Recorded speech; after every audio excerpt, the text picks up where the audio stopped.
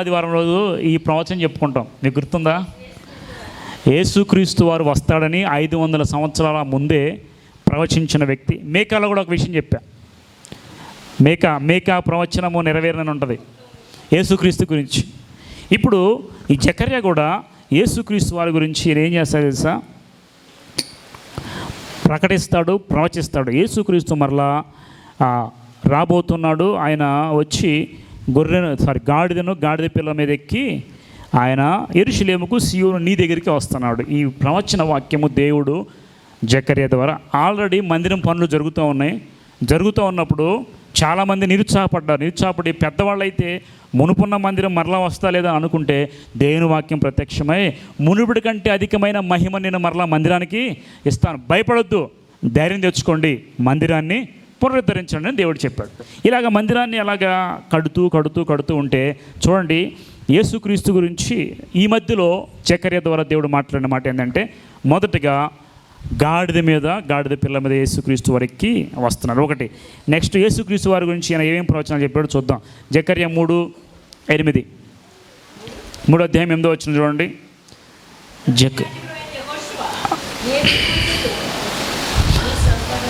ప్రధాన యాజకుడు యెహోషువ నీ ఎదుట కూర్చుని నీ సహకారులు సూచనలుగా ఉన్న నీవును వారును నా మాట ఆలకింపవాలి. ఏదనగా చిగురు అను నా సేవకుని నేను రప్పింపబోచున్నాను. చిగురు ఎవరిది? చిగురు అంటే ఆ చిగురు యేసుక్రీస్తు వారే. యెషయి మొద్దు నుండి చిగురు వస్తుందని బైబిల్లో వస్తుంది. యెషయి మొద్దు అంటే ఏంటి? యెషయి వంశంలో నుంచి చిగురు పుడుతుంది. ఆ చిగురు ఎవరు? యేసుక్రీస్తు చిగురులాగా పుడతాడని చెప్పేసి జకర్యా ద్వారా ఒక ప్రవచనం. రెండోది చూడండి, 9 చదివాం కదా. ఇప్పుడు ఇదే అధ్యాయము మత్తయి సువార్త 21 అధ్యాయం చూడండి ఒకసారి.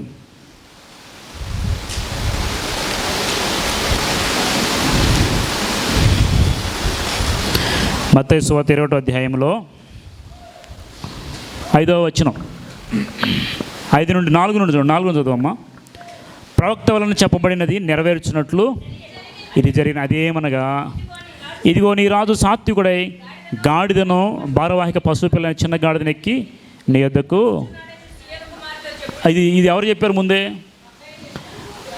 జకర్యా 9:9లో ఉన్న మాట ఏంటి? నీ రాజు నీ యొద్దకు గాడిద పిల్లను తీసుకొని వస్తాడు సీయోను అని చెప్పి ఈ ప్రవచనము మత్తయి సువార్తలో ఎవరు చెప్పారంట? 4వ వచనం, ప్రవక్త వలన చెప్పబడినది నెరవేర్చినట్లు ఇది జరిగింది. మత్తయి సువార్త, మత్తయి రాశాడు. ఏ ప్రవక్త చెప్పాడు? జకర్యా ప్రవక్త. ముందుగానే 500 సంవత్సరాల ముందుగానే యేసుక్రీస్తు వారు గాడిదని ఎక్కి వస్తాడని చెప్పేసి యెరూషలేముకి ఈ యొక్క వాక్యము సెలవే. యెరూషలేముకు దేవుడు రావడము, గాడిద మీద రావడం, ఆ దారిలో మేము నడిచాము. అది ఎలా ఉంటుందంటే మనకులాగా చదునైనటువంటి ప్రాంతం కాదు. ఇలా కొండ దిగి స్లోప్గా ఉంటుందండి, ఎలివేటెడ్గా ఉంటుంది. దాని మీద ఎక్కి వస్తూ ఉంటే కాళ్ళు జారుతూ ఉంటాయి.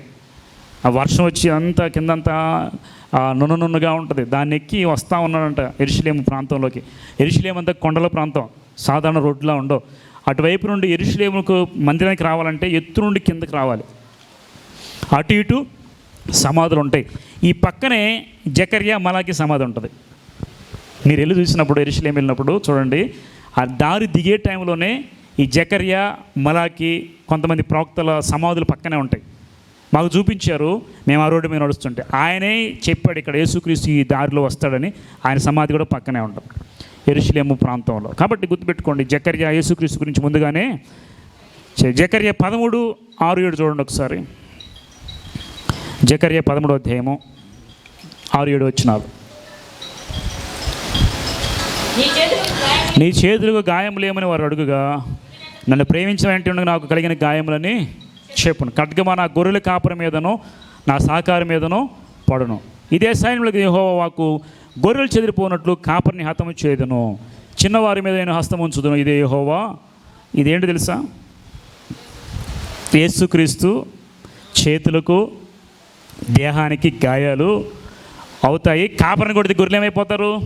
చెదిరిపోతారు. యేసుక్రీస్తుని అలాగ బంధించినప్పుడు ఆయన శిష్యులందరూ ఏమైపోయారు అంటే ఇలాగ జరుగుతుందని దేవుడు ముందుగానే జకర్యా ప్రవక్త ద్వారా తెలియజేశాడు. తర్వాత జకర్యా 11:12 11వ అధ్యాయము 12వ వచనం. నా కూలి నా కీడి లేనిళ్ళ మానవుడు నేను వారితో అనగా వారు నా కూలికై 30 తులముల వెండి తూచి ఇచ్చిరి. 30 తులాల వెండి దేని గురించి? యేసుక్రీస్తుని ఎంత కమ్మారు? 30 తులాల వెండి. ఇవన్నీ జకర్యా ప్రవచనాలు యేసుక్రీస్తు గురించి ముందుగా చెప్పబడింది. తర్వాత జకర్యా 14:4 కూడా చూడండి. 14వ అధ్యాయము 4వ వచనం. ఆ దినమున యెరూషలేము మీద తూర్పు తట్టున్న ఒలీవ కొండ మీద ఆయన పాదములు ఉంచగా ఒలీవ కొండ తూర్పు తట్టునకు పడమ తట్టున నడిమికి విడిపోయి సగము కొండ ఉత్తర తట్టునకు దక్షిణ తట్టునకు జరుగున విశాలమైన లోయ ఒకటి ఏర్పడును. ఇది యేసుక్రీస్తు మరలా ఇప్పుడు ఆయన పైకి లేవనెత్తిబడింది ఎక్కడ చెప్పండి? ఒలీవల కొండ, ఆరోహణమైన ప్రదేశం. ఇజ్రాయెల్ దేశంలో ఇప్పటికీ పాలస్తీనాకి వెళ్ళిన తర్వాత ఇది ఈ ప్రాంతం ఒలీవల కొండ అంట, పాలస్తీనా దగ్గరలో ఉంటుంది. మేము వెళ్ళినప్పుడు ఆయన కొండ మీద నుంచి ఎక్కడి నుంచి ఎత్తబడ్డాడో కొండలాగా ఉండదు, ఇప్పుడు అన్ని బిల్డింగ్స్ కట్టేశారు, ఒక రూమ్ లాగా చేశారు. ఆ రూమ్లోకి ఎంటర్ అయితే ఆయన పాదం ఇలా పెట్టింది ముద్ర అలాగ ఉంటుంది, యేసుక్రీస్తు పాదముద్ర. ఇప్పటికి కూడా ఒక రాయి మీద ఇంత ఇంత పెద్దదనమాట, దాదాపు 6 ఫీట్ పైన ఉంటాడు యేసుక్రీస్తు. మన పాదం కన్నా చాలా పెద్దది పాదంలా ఉంటుంది. దాని మీద చేతులు పెట్టి అందరూ ప్రార్థన చేసుకుంటారు. దాని చుట్టూ రాయి పెట్టి గ్లాస్ పెట్టేశారు అందరూ రావడం చూడటానికి. అయితే ఈ ప్రదేశంలోకి యేసుక్రీస్తు ఏమైపోయారు? ఆరోహణమైపోయాడు. రెండవ రాకడలో యేసుక్రీస్తు మరలా వచ్చేది ఎక్కడ తెలుసా? అక్కడికి ఒలీవల కొండ మీదకే మరలా పాదం పెడితే కొండ ఏమైపోయింది? రెండుగా చీలిపోయింది, పెద్ద లోయ ఏర్పడింది. ఆ లోయలో విశ్వాసాలు దాక్కుంటాయి. క్రీస్తు రెండవ రాకడ గురించి కూడా మాట్లాడింది ఎవరు? జకర్యా ప్రవక్త. ఇప్పుడు జకర్యా మ్యాక్సిమం యేసుక్రీస్తు వారి గురించి చెబుతూ మందిరాన్ని కట్టమని వారికి ప్రబోధిస్తూ వారందరినీ బలపరుస్తూ వాక్యాల ద్వారా చెప్తూ మరలా మీరు దేవుని వైపు తిరగండి, పరిచర్య చేయండి అని చెప్పేసి ఈ విధంగా వాళ్ళందరినీ బలపరుస్తూ వచ్చాడు అనమాట. ఈ విధంగా చేస్తున్నటువంటి జకర్యా గ్రంథంలో దాదాపు 4 సంవత్సరాలు వీరికి ఆయన వాక్యం చెబుతూ ప్రవచనం చెబుతూ వచ్చారు. అయితే ఈ జకర్యా గురించి మనం ఆలోచిస్తే మొట్టమొదటిగా మందిర పునాది వేయబడినప్పుడు మందిర పనులకు పట్టిన సమయం మొట్టమొదటిసారి 2 సంవత్సరాలు అంట. గుర్తుపెట్టుకోండి. ఎన్ని సంవత్సరాలు? ఎవరు వెళ్ళారు ఆ టైంలో? ఎజ్రా, నెహెమ్యా. 2 ఇయర్స్ బాగా కట్టారు. మరలా బ్రేక్ వచ్చింది. ఈ బ్రేక్ వచ్చిన తర్వాత మందిర నిర్మాణాలు పూర్తిగా నిలిచిపోవడానికి మరలా 14 ఏళ్ళు పట్టింది. ఎన్ని సంవత్సరాలు? ఈ 14 సంవత్సరాలలో ఈ ప్రవక్తల వారిని మందిరం బీడుగా ఉంది, మీరు వెళ్ళండి, మీరు వెళ్ళి మందిరం పనులు చేయండి అని మరలా వీళ్ళిద్దరిని లేవనెత్తుకొని వాళ్ళందరినీ బలపరచడానికి టైం పట్టింది 14 ఇయర్స్. మరలా అక్కడుండి వాళ్ళు మందిరపు పనులు మొత్తం పూర్తి చేయడానికి దాదాపు అయిపోయేసరికి 21 ఇయర్స్ అయిందంట. ఎన్ని సంవత్సరాలు? చరిత్ర ఆధారంగా ఇప్పుడు ఇటు 14 ఏళ్ళు గ్యాప్ వచ్చింది, 21 సంవత్సరాలు. 21 సంవత్సరంలో ఇప్పుడు వాళ్ళు మొత్తం ఎన్ని సంవత్సరాలు కట్టుంటారు చెప్పండి? మందిరం 14 తీసేయండి, 21లో 21 సంవత్సరాలు కట్టింది మందిరం అంతా కంప్లీట్ అవ్వడానికి. 14 సంవత్సరాలు ఖాళీగా ఉంది. మొత్తం ఎన్ని సంవత్సరాలు కట్టారు? 7 సంవత్సరాలు. వీళ్ళు ఆలస్యం చేయడం వల్ల 14 ఏళ్ళు వెనక్కి వెళ్ళిపోయింది మందిరం కట్టడం. కాబట్టి 7 సంవత్సరాలు మరలా మందిరాన్ని పునరుద్ధరించి యెరూషలేము కోట గోడల్ని కట్టారు. మీరు యెరూషలేము వెళ్ళి చూడండి. ఇప్పుడు యెరూషలేము గోడలు గుమ్మాలు ఉంటాయి కదా, 8 గుమ్మాలని, పెద్ద పెద్ద మత్స్యపు గుమ్మము, గొర్రెల గుమ్మము, ఇవి చాలా ఉన్నాయి, పెంట గుమ్మం అని. ఓకే, ఈ గుమ్మాల దగ్గరికి మీరు వెళ్ళినప్పుడు పెద్ద పెద్దగా ఉంటాయండి కోట గుమ్మాలలాగా. అవి క్లోజ్ చేస్తారు. యుద్ధం జరిగేటప్పుడు చాలామంది ఫైర్ చేస్తారు తుపాకీలతో. ఆ గోడలకు వెళ్ళిపోయి బుల్లెట్లు తగిలి అక్కడక్కడ హోల్స్ పడిపోయి ఉంటాయి. మాకు చూపించారు వాటిని.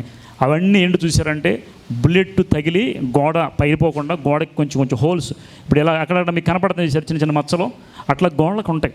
యెరూషలేము అంత బలంగా కట్టారు. గోడలు కట్టడానికి ఏమో దాదాపు 54 రోజులు పట్టింది. దాన్ని చూసుకొని సతీష్ కుమార్ గారు 52 రోజుల్లో మందిరం కట్టుకున్నారు. చూసారా?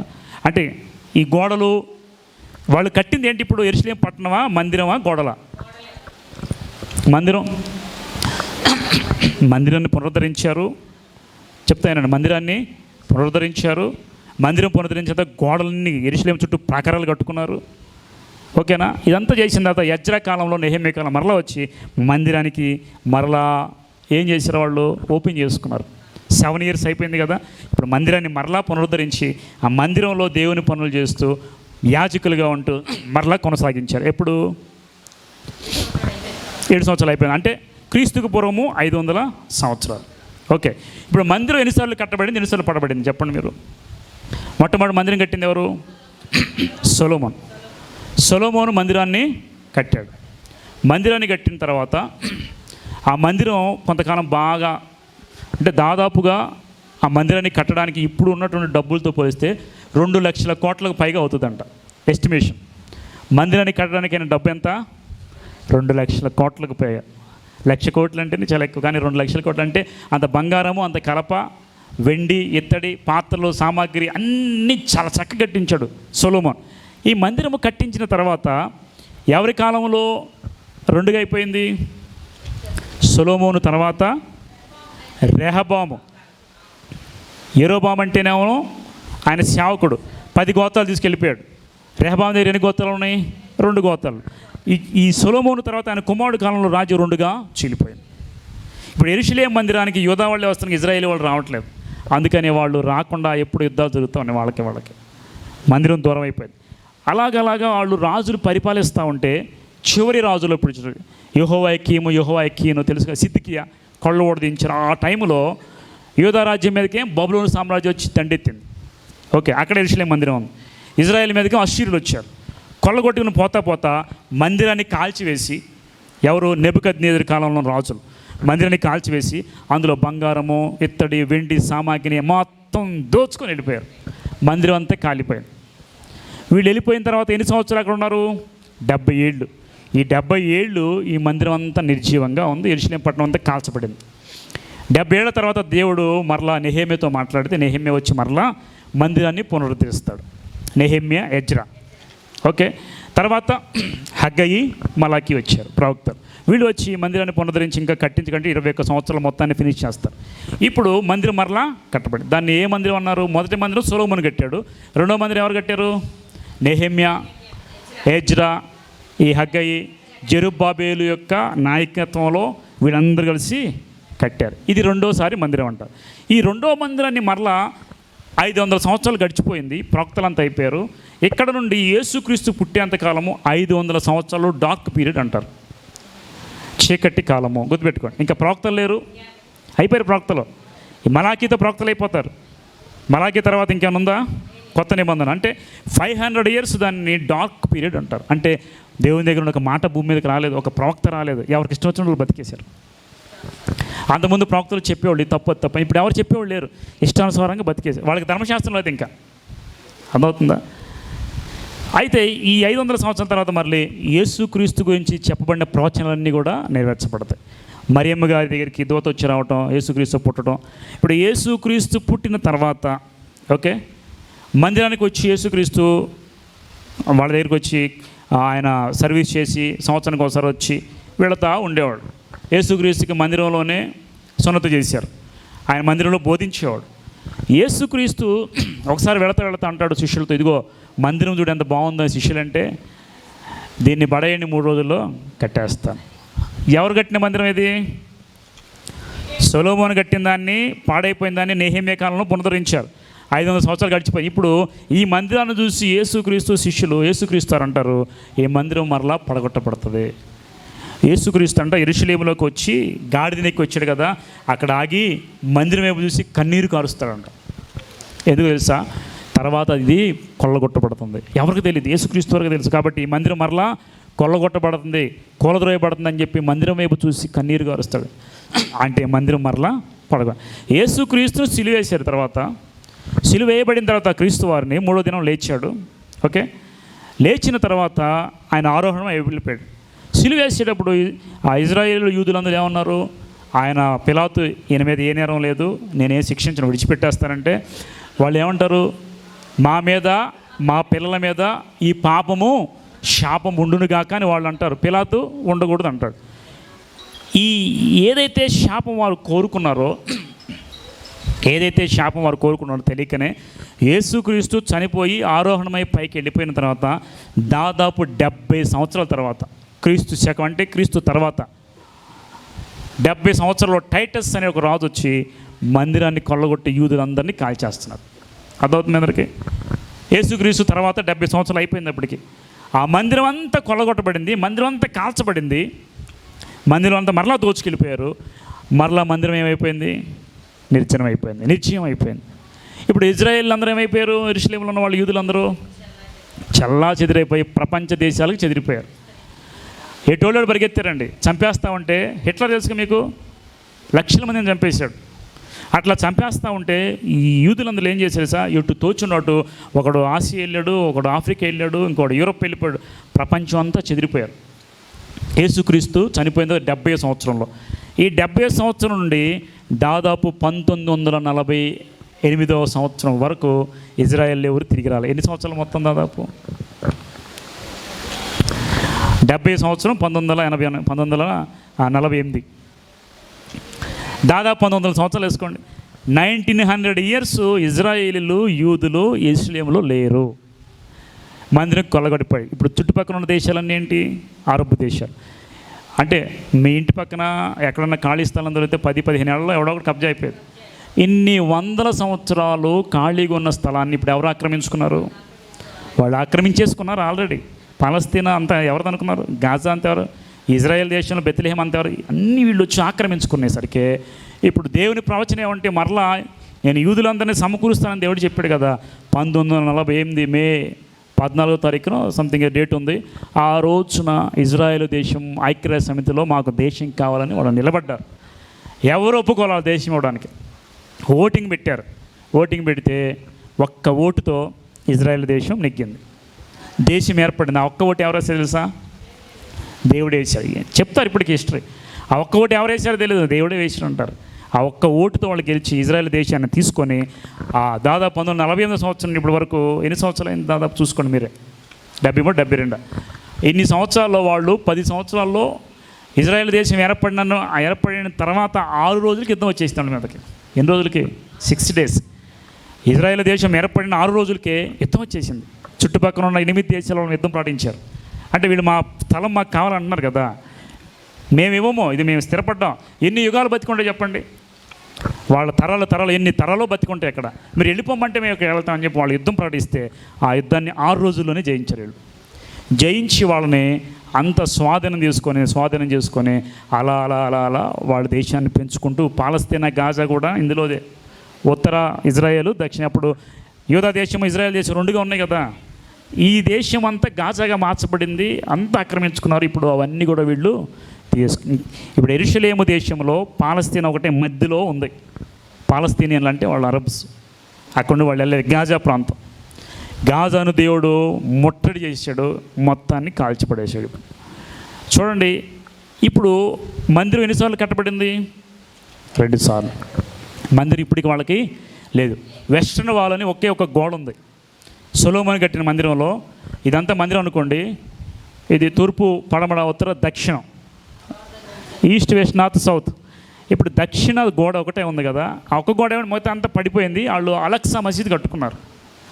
ఇప్పుడు వాళ్ళకి మందిరం లేదు కాబట్టి ఆ గోడ దగ్గరికి వచ్చి అందరూ ప్రార్థన చేస్తారు. వెస్ట్రన్ వాల్, వెయిలింగ్ వాల్, ఏడుపులు గోడ అంటారు. ఆ గోడ దగ్గరికి వచ్చి ఇజ్రాయెల్ అందరూ ఇప్పటికీ ప్రార్థన, మాకు మందిరం ఇవ్వు తొందరగా.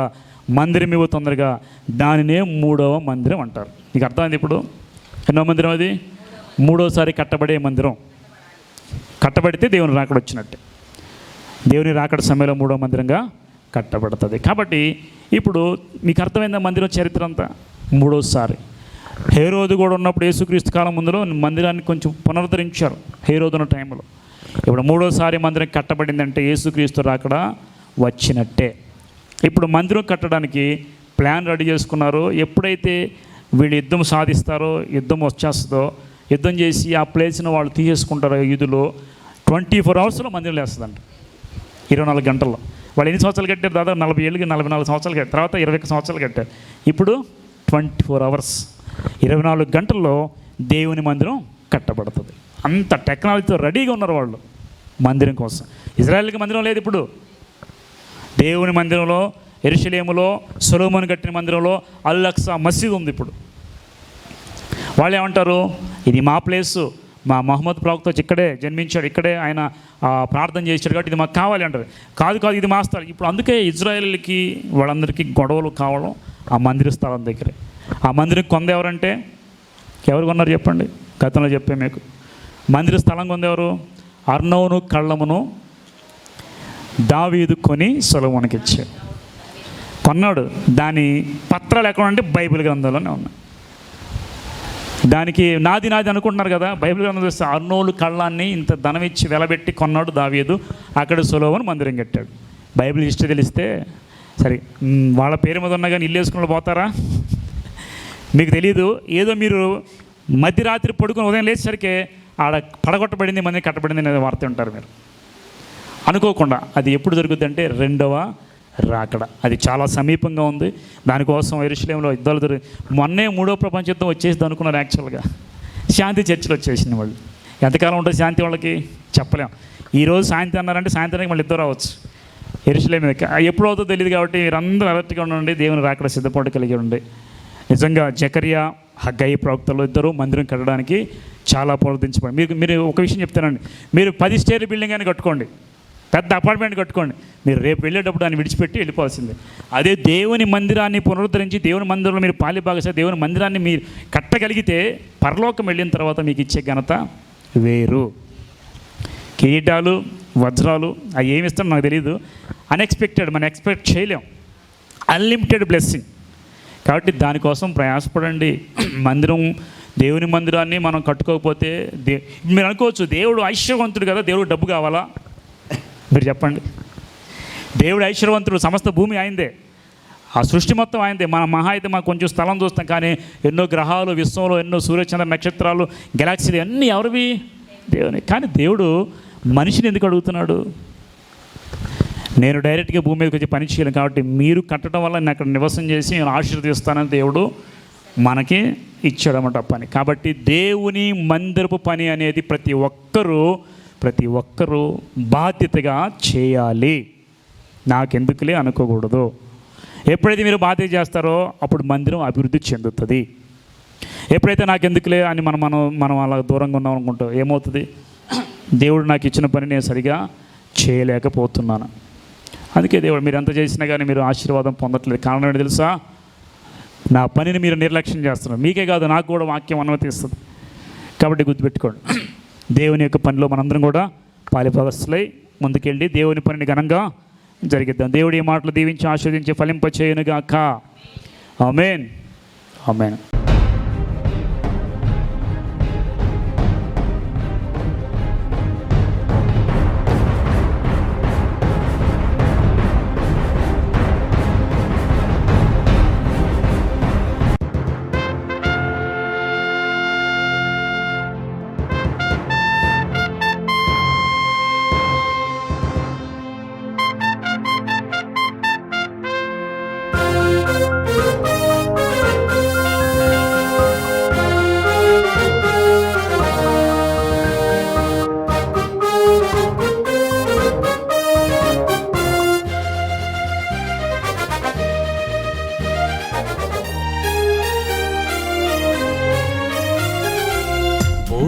శబ్దముతో వేల దూతలతో,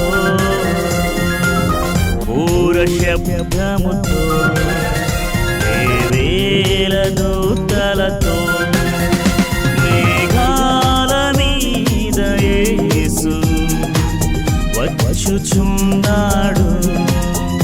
మేఘాల మీద యేసు వచ్చుచున్నాడు. ఏ దినమో, ఏ గడియో, ఏ జామున వచ్చునో, మెలకువగా ఉండి నీవు యేసుని చేరుమా. ఏ దినమో, ఏ గడియో, ఏ జామున వచ్చునో, మెలకువగా ఉండి నీవు యేసుని చేరుమా. పూర శబ్దముతో వేల దూతలతో, పూర శబ్దముతో వేల దూతలతో,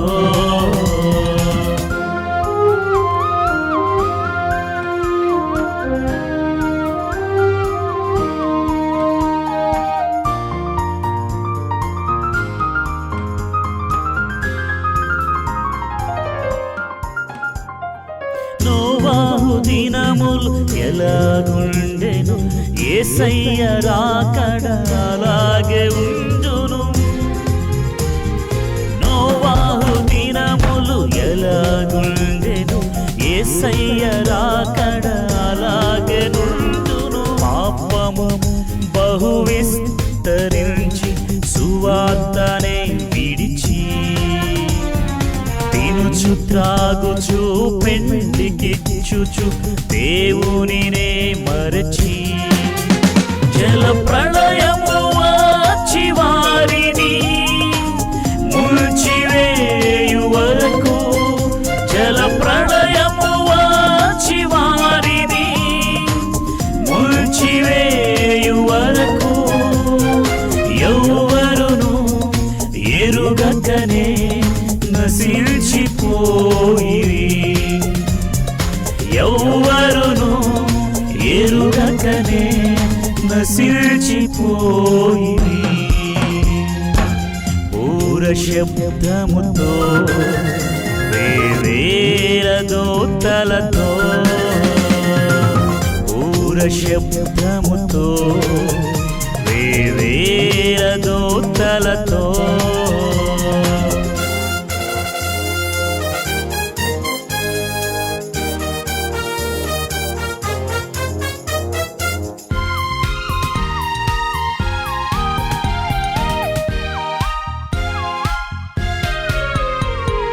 రెప్పపాటులో ఉన్న చోటుని ఎత్తబడెదవు సిద్ధపడినచో, రెప్పపాటులో ఉన్న చోటుని ఎత్తబడెదవు సిద్ధపడినచో. ఏడేండ్లలో ఆశ్రమలలో చిక్కబడెదవు నీవు, విడువబడినచో ఎంత ఏడ్చిన తప్పించుకోలేవు. సమయము నీకుండగానే మార్చుకో జీవితం, సమయము నీకుండగానే మార్చుకో జీవితం. బుద్ధిగల కన్యకవై సిద్ధపడుము నీవు, బుద్ధిగల కన్యకవై సిద్ధపడుము నీవు. పూర శబ్దముతో వేవేల దూతలతో, పూర శబ్దముతో వేవేల దూతలతో మేఘాల మీద యేసు వచ్చుచున్నాడు, మేఘాల మీద యేసు వచ్చుచున్నాడు. ఏ దినమో ఏ గడియో ఏ జామున వచ్చునో, మెళకువగా నుండి నీవు యేసుని చేరుమా.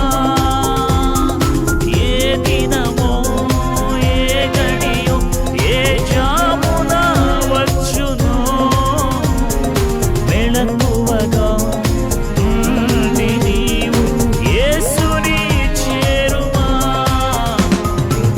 పూర శబ్దముతో వేవేల దూతలతో, పూర శబ్దముతో వేవేల దూతలతో